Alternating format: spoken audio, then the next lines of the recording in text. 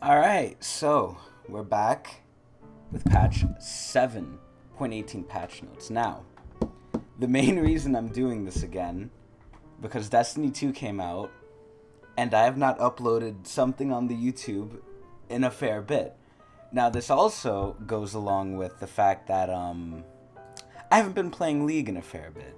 But, as I always say, this patch note review series is what I think about the patch notes, not what is in actuality. So let's begin. 7.18. So welcome to the new patch, Team. We're a team now, so we can blame someone for losing. Worlds is coming up, so none of these changes are particularly aggressive. We have some really aggressive ones in 7.19, but that's coming soon, like some big ones. But anyway, they're looking at ORNN, because ORNN was micro-patched twice last patch. I'll talk about ORNN if I get to it. Well, when I get to him. And he's still struggling. Fucking Riot, man. Anyway. So, we are primarily focusing on his usability, what we're monitoring player performance. Okay, let me lower this fucking music.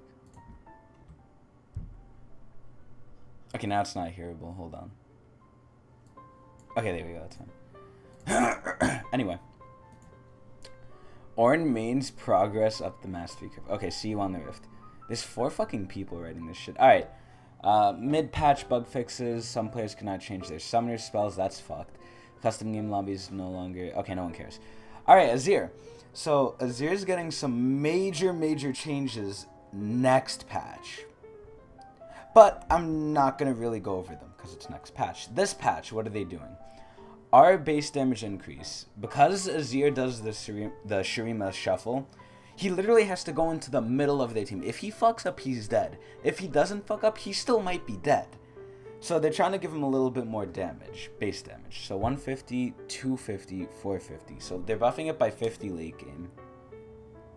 I guess that's okay. Again, most of his major issues are trying to be resolved next patch, so... I mean, this is fine. I really hope they don't, fuck up Azir with the rework. Because Azir was a god at everything. Like, when he came out, I personally hated him. I bought him immediately. I hated him so badly, I spent one of my refund tokens giving him back. And then I bought him again. That's the last time I'm, refunding an IP champ. But... the issue with Azir is, if he's good, he's God. Because he has long-range, nuke-like damage. It's not going to one-shot you, but it's going to chunk you. And it could hit multiple people. So, they nerfed his damage and everything else in his kit horribly. His passive sucks dick. Okay, yeah, it's a cool tower, but if you're not near it, it dies in 2 seconds, and it gives the enemy gold. It's literally just used for defense. If your team's ahead. If your team's behind, it doesn't fucking matter, but... I think Azir's a very make it or break it champ. If he's good, he's God. If he's bad, he's, I guess, usable in the right hands, but it's there's better picks. So we'll talk about him next patch, but I guess this is good. It's a literal straight buff. Okay, Cassiopeia.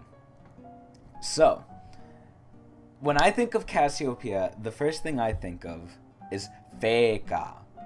Now, with Feka, I know he rapes with Cassiopeia, and I think of Bjergensen too. So, E bonus damage against poison targets shifted from base damage into ratios. Bonus damage versus poison targets. So this is the ratio, I'm assuming. Oh no, that's the base.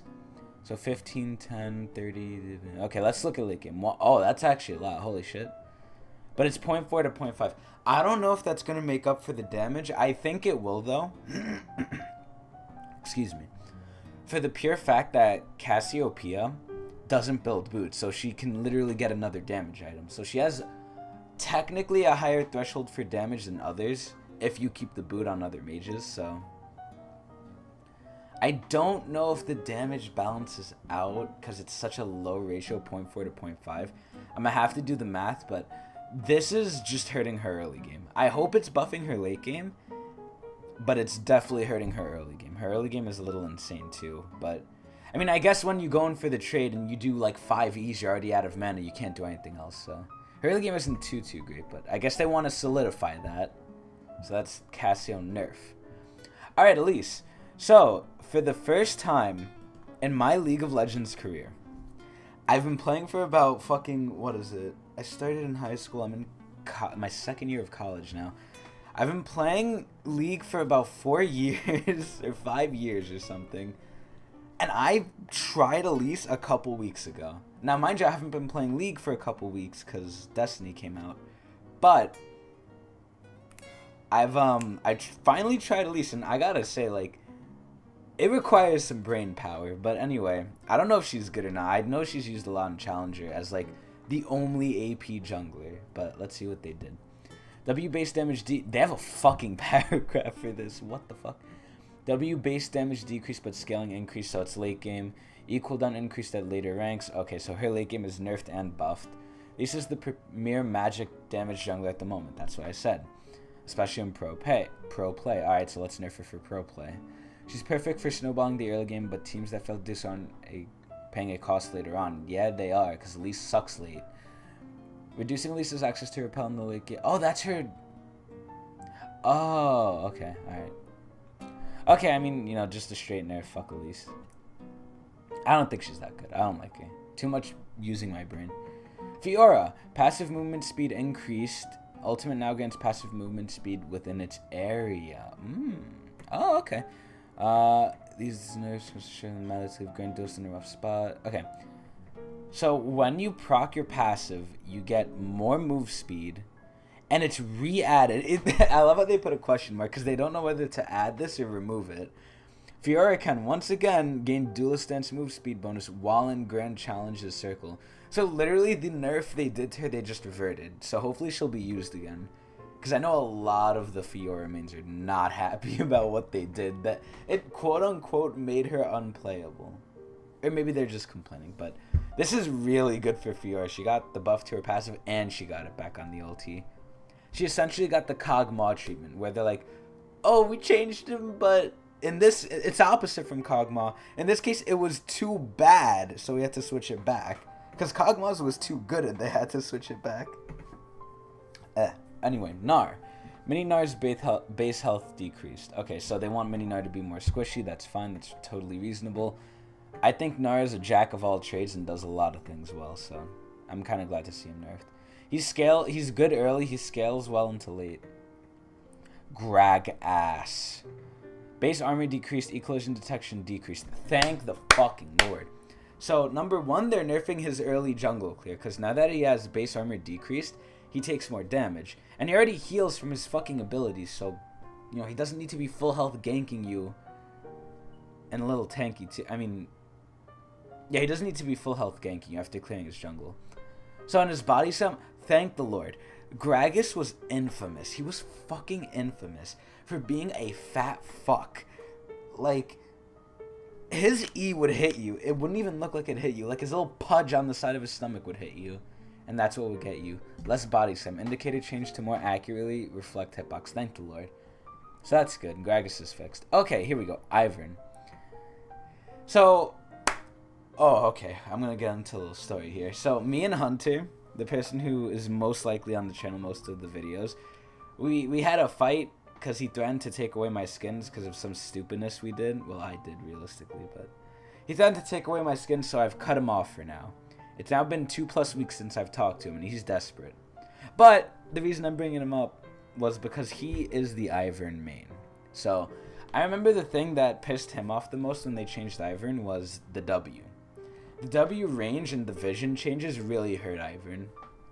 So, E-explosion base damage and ratio increase. They want him to do more damage, but he doesn't do damage. So it's like, does it really matter? I mean, any damage is good, but is it fixing his issue? The double nerf hit Ivern a bit under tune, so giving back some damage we took from Trigger Seed. Okay. I don't think that's going to help Ivern at all, honestly. He's a support jungler. I mean, yeah, him actually being able to do a little bit of damage is always good. Like, damage buff is always good, but it doesn't fix his issue. I think they need to do something with the W. Or, yeah, maybe change Moby a little bit more. Okay, anyway. Jarvan. W-base shield and shield per enemy champion decreased. The pitch of Demacia is dunking enemy backlines and taking everything the team throws at him in the process. That is kind of true. Jarvan is a very, like, bruiser-ish assassin hybrid. So now, mind you, I haven't played League in a while and I haven't seen Jarvan a lot. But my idea of Jarvan as an AD player is I'm in the back line. Jarvan EQs to me. If he hits me with the EQ, I'm dead. Because after that, he's just going to ult me. I'm going to get popped. If he doesn't hit me with the EQ, he's near me to ult, and then he's just going to rape me in the pit, or his teammates are, if I don't have an escape. And he essentially gets off scot-free because you don't focus him. So I guess making him a little less tanky with the shield is better. But I don't know. I still feel like Jarvan's going to be a little strong. Maybe not as used, but who knows. I don't. Okay, Kalista. Kalista, I'm an AD main, right? And before Kalista came out, I was horny for an AD that could infinitely stack in any way at all. Kalista came out, and then I saw her E. Wow, her E can infinitely stack. You could do infinite damage if you just keep autoing them. And realistically, it is fun, but it's not good. Because Kalista's literally an early mid-game champ. If you get to late game, you get outclassed by almost every other AD. Kind of. In quotations. Like, the fact of the matter is, as an AD, you want the bulk of your damage coming from your autos or your spells, right? And with Kalista, it's kind of a mix. Your autos do damage, but the bulk of your damage is supposed to be with your E. I mean, you kind of lower them down with the autos, but you E to kill them, right? But the bulk of your damage, if it's coming from the E, you E at the end after you put so many autos in them. And at that point, you're focusing on the autos, but also the E. It's like this weird fucking dichotomy. I don't even know if that's the right word, but compared to someone like Twitch. Twitch, you gotta invis, you ult. You gain AD. Each auto you do chunks for the damage Kalista's E would have done after you stacked it, and they just die quicker. But Kalista is very good in the early and mid game to snowball. So, they're nerfing her ult. Okay, I mean, I guess that's fine. Yeah, if Kalista has a coordinated team, she snowballs really fucking hard, though. I don't think this is gonna stop her from snowballing, like, at all. The only thing it does is have the support not be able to go in, but if you have an aggressive support like Alistar, anyway, does it really matter? You just use them for the knock-up, and that's only in a team fight. The team fight, by the time it happens again, if you win the first one, you're already ahead, so you don't really need it the second time. I don't think this is a good nerf at all. But then again, Kalista's isn't good, so it's fine. Because Kalista's literally just early and mid. In my opinion. IMO. Okay, Lee Sin. I know Lee Sin's been nerfed fucking a lot, so let's see what they did. W shield increased their early ranks, they're buffing him, decreased their rank 5. Okay. So they just want to make him more healthy in this jungle, that's fine. Or be able to shield teammates for a little bit more. Like, the shield is dick anyway, so it doesn't really matter. This is fine buff. Gives him a little bit more tankiness in the jungle. So, a little bit healthier clears. Okay, Lucian. Lucian's kind of followed behind, because Lucian is also a early to mid-game carry. He does well late. I think he does a little better than Kalista late, in my opinion. But, and this is the kicker here, he has no range. His ult is kind of whatever. And I don't like how there's two builds for him. Like, I understand why there's the Blade build, which is for tanky people, but it falls off late.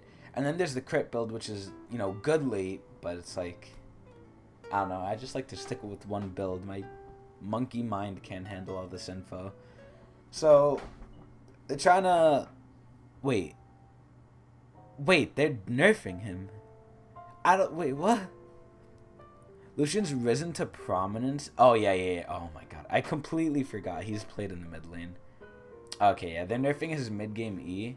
I mean, his early-game E because he can just dodge everything and be very aggressive against the immobile mages who can't deal with him, so it's kind of unfortunate. But that's fine. I think Lucian mid is stupid, so I'm glad to see it nerfed. I hope they don't play it mid. I don't want to see all the ADs fucking become something other than AD. Like, Urgot, fine. Take him top. Get him out of here. Graves, why'd you put him in the jungle, man? I liked playing him AD. Lucian, he became a fucking mid laner. Ezreal's become a jungler too. Like, what is this? All the ADs I don't play but say I do. Okay, Nautilus. Q mana cost no longer increases with rank up. That's really good because I know Nautilus is a tad bit mana hungry. Q now refunds half of its mana when it hits with turn. That's fine. If you miss the hook, you get mana back. That's okay. I think Nihilus is fine. This is a good buff to him, though. He has some mana problems. Nidalee. So, I came from Season 4. And Nidalee, she was played out the fucking ass. Like, Nidalee was always played and almost always did fucking good. So, she got nerfed into the ground and now she's never played. Because I remember her fucking spear would one-shot you if it hit you at max range. As an AD, it certainly one-shot me, but I don't know what nerfs they did to her, but she became unplayable, and now they're trying to bring her back into prominence. Here's how, you know what, I could just fucking sum this up and everything. Here's how every season will go. Half the champions get nerfed. At this point, 1/4 of them get reworked. The other, whatever the fuck is remaining, gets buffed. They're good for the next season. After that, it switches. The champions that were bad get reworked or buffed. They're good. It's like Nidalee has dropped out of prominence for so long, but now they're going to buff her. She's going to be back in the spotlight, and then they're going to nerf her after like a season of her being in the spotlight, and then she's going to be ass. That's basically what happens with the champions in League. Ornn! It's Ornn! Okay. Ornn. So, passive Living Forge. Ornn's Masterwork upgrades are now locked until he reaches level 13. That's fine. Because buying it early was just a detriment to you and your team. So I'm kind of glad they capped you from like buying it too early, because if teammates are idiots. New items. Zanya's Paradox. Zanya's Hourglass can now be forged into Zanya's Paradox. 1000 upgrade cost. Ability, power, and armor increase. That's actually really fucking good. You're getting ability and armor, rather than just fucking 30 AD on IE for 1000 gold. So, and R. Maximum travel speed is a little bit up. His base stats were buffed. His Q was buffed. It displaces them. Outside of a wall. Okay. It destroys itself. Bell's Breath buff. It flies out slightly at the end. Self slow is 60 down to 50. No longer knocks back opponents he charges through. And the cooldown is lower. Okay. So, here's the issue with Ornn. That I have seen. I have not played. Like, I've literally not played with Ornn almost at all. But here's the issue I see with Ornn. Ornn sucks dick early and mid unless he's lucky. Right? He could just get kited, really. He's kind of, you know, stupid. He's big. I don't really know. But I do know this. The items he builds are so fucking... They're good if you get to late game, obviously, because it's literally a stat increase. But it's just like, for what you're buying, IE is 1000 gold for 30 AD. Zanya's Paradox is 1000 gold for 30 AP and 15 armor. Like, some of the items are ass. Like, a lot of the items are not gold efficient at all, and the games don't last long enough for him to benefit his team with that. The only real benefit he gives is the brittle effect that the ult applies, and maybe if he applies it with the W. Other than that, like, the Q, how the fuck are you going to get hit by that? I mean, they buffed it, so that's good. Maybe you'll get hit by it now, but I don't know. It's good that they increased our initial speed, though, because that shit was slow as fuck. So, will these buffs be enough for him? Maybe. I actually think they've buffed him quite a bit. The way a League Champion releases, there's 3 ways. Number 1, extremely OP nerf quick. 2, horrible, buff quick. Or the third one, which is the least likely option of any champion ever to come out in League of Legends, they're fine. Most likely, they will be either very good or very bad. Kayn was very bad. Blue Kayn. Red Kayn was fine. Ornn was very bad.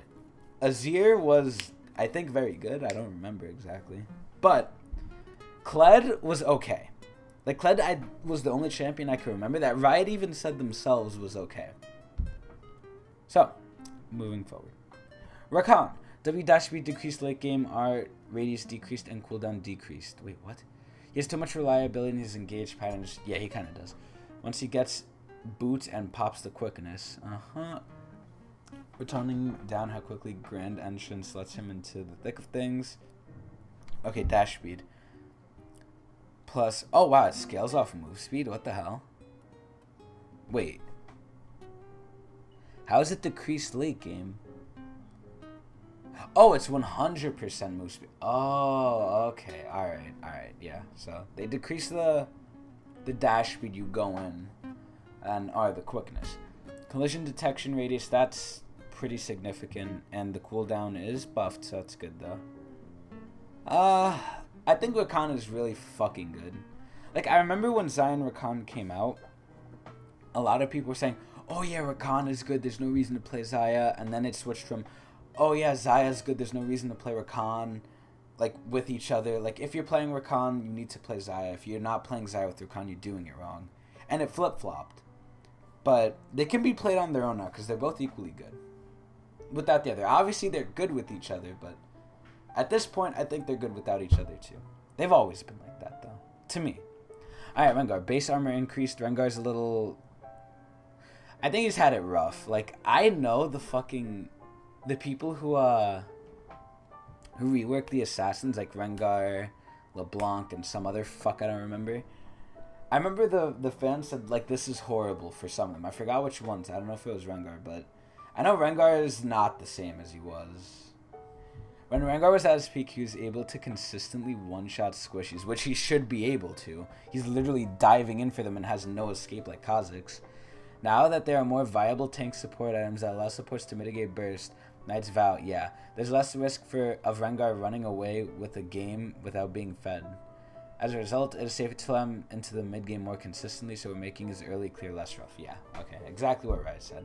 I think he's still in a rough position, though. He can't do what he's meant to do, assassinate.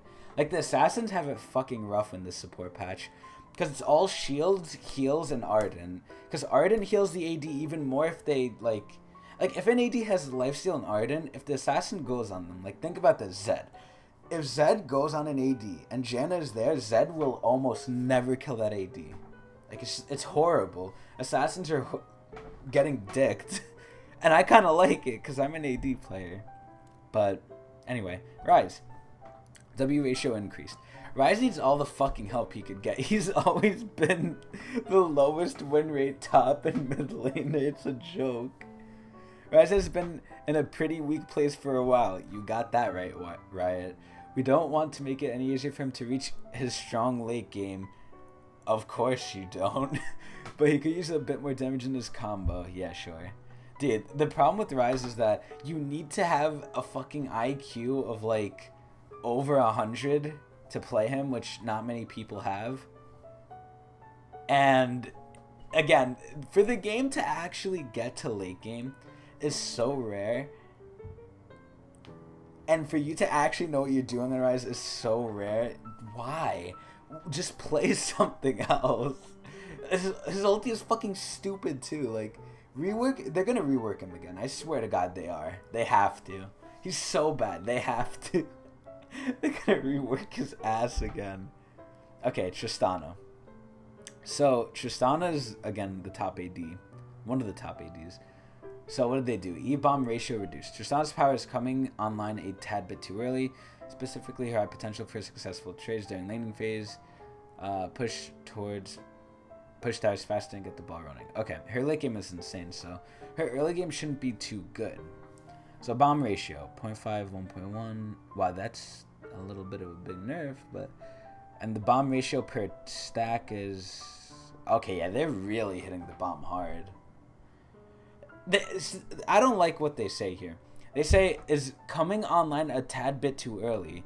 So why not just nerf her early game? They're literally blanketing it to say, oh yeah, we're trying to nerf her early game while also hitting her late game. Like, I'm not angry that they're hitting her late game. I'm angry that they're not saying they are. They're saying they're hitting her early while also hitting her late. And I don't like when ADs get nerfed, but the only AD I like getting nerfed is Caitlyn, because fuck Caitlyn. And maybe Draven. But it's a fine nerf, I just wish they said it instead of being puh. Alright, Rumble. A bit of a subtle reinforcement for Rumble's about to enter danger zone. Rumble's heat bar now turns orange when at or above 80 heat. I thought it turned orange when it was above 50. Or maybe it's a different color. I don't know. Who cares? Stupid. It's a nice quality of life change. Alright, Cinderhulk.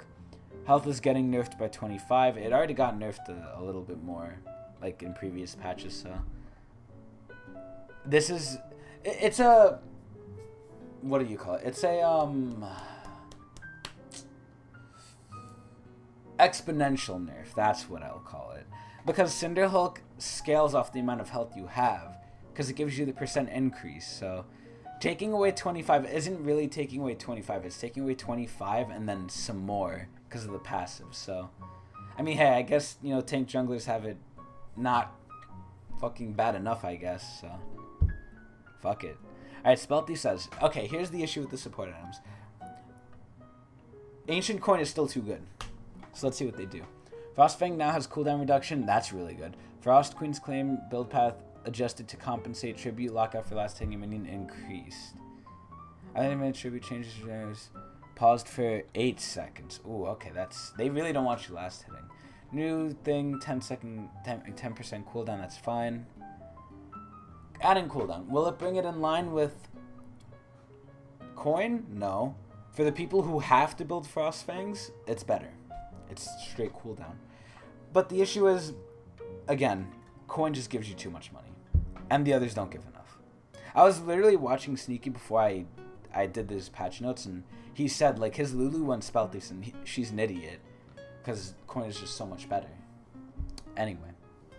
Gargoyle Stone Plate. Elkambar Stone Plate active is now partially base health rather than entirely bonus health. Rip Cho'Gath. Respect the ratio. 40. I don't care to read that. It's a nerf. Fuck it. Knight's Vow. Cost decreased, health decreased. Wow, that's straight nerfed. Kind of buffed. But health decrease is a little iffy. How much was it? Oh my god, that's a lot. 350 to 250, that's 100. Holy. I mean, the cost is 100 less, but like, that's not worth. That is so not worth for the cost. 100 less gold for 100 less health? That's horrible. That's a big nerf. Wow. They really don't like it. Support items are at a lower price point than any of the tank items, so we can make them very goldfish without making them appealing to other classes. The overall stats on them were high enough to still entice more farm tanks. Yeah, literally the junglers and the tanks got it for the AD. Or for whoever was doing damage, so. I felt it was a little bit overtuned, but that's insane, dude. Holy shit. Champ Select, to make a few visual changes. I love that. I love when League gets quality of life changes, especially when I don't fucking play it. I'm gonna have to play League today, though, because in one day I decay from Plat, so I have to lose my one Plat game. So that's later, though. That's later. The picker time is much larger and pronounced as some more clear content. Okay, that's fine. And the rotating game was still Invasion. That's fine. Aatrox, no one cares. And upcoming skins. Championship Ash is so sexy. Dude, look at the titties. Anyway, Eternum Cassiopeia is also sexy. I would bang. But I would bang almost anything because I haven't banged yet. But pretty good skins. I think Ash is the better one. Eternum Cassiopeia is whatever. Chromas or whatever. But Championship Ash looks really good. Like, I'm sad. Fucking Project doesn't look as good anymore compared to it. But anyway, that's patch 7.18. How would I rate this one? An AD got nerfed, so I can't rate it too high. A lot of things got nerfed, and it was just balance changes for Worlds, but I don't like what they did. They didn't do anything saucy. I'm gonna rate this one just because I didn't like this one. Because I don't think they helped Ornn enough, I guess. I think I'm gonna rate it 4 out of 10 Mark Merrills. I think that's good. Anyway, that's it for patch 7.18 notes. I hope you enjoyed. I'm going to hopefully play League later and then grind out Destiny some more. Thank you.